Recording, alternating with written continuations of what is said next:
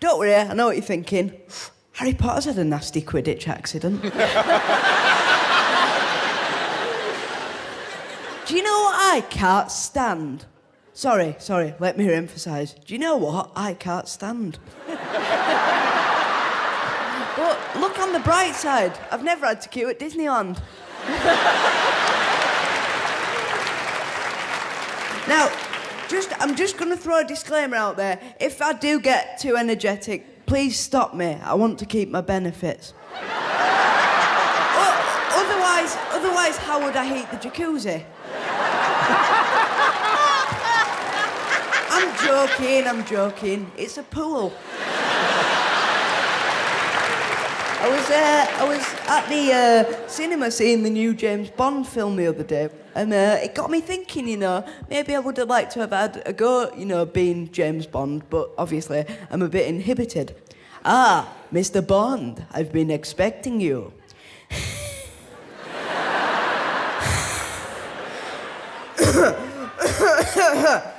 No lift.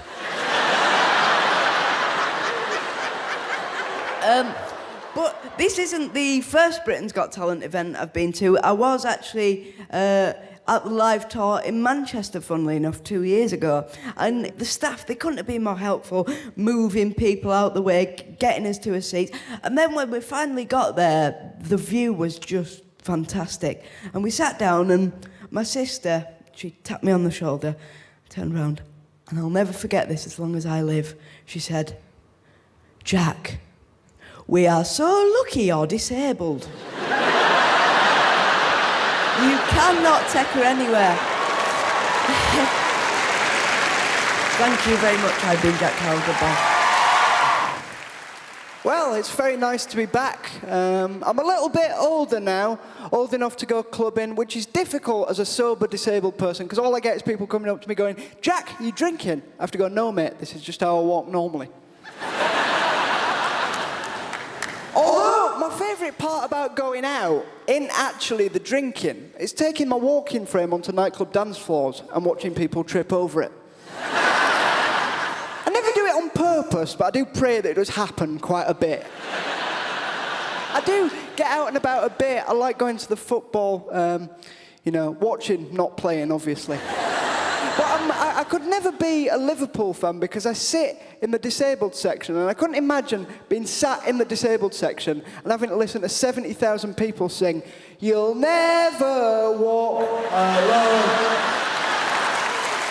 No, I do like some sport, though. Last year, I learned to ski. I can see a few of you thinking, can Northerners go skiing? We can, although my skiing instructor had much the same reaction as you lot when I rocked up in the walking frame. He was like, "What, you? Really?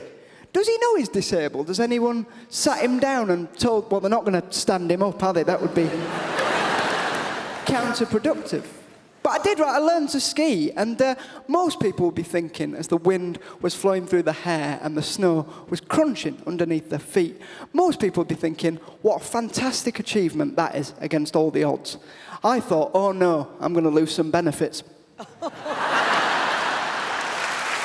Luckily, the goggles still came in handy when I had to look at Simon Cowell's teeth up close. 6 years since I was on the show. I look 6 years older, which is funny because Amanda and Alicia look 10 years younger. Oh, thanks, Jack. I'm sure they would frown at that joke, but the Botox won't allow it. Never had it. Sorry.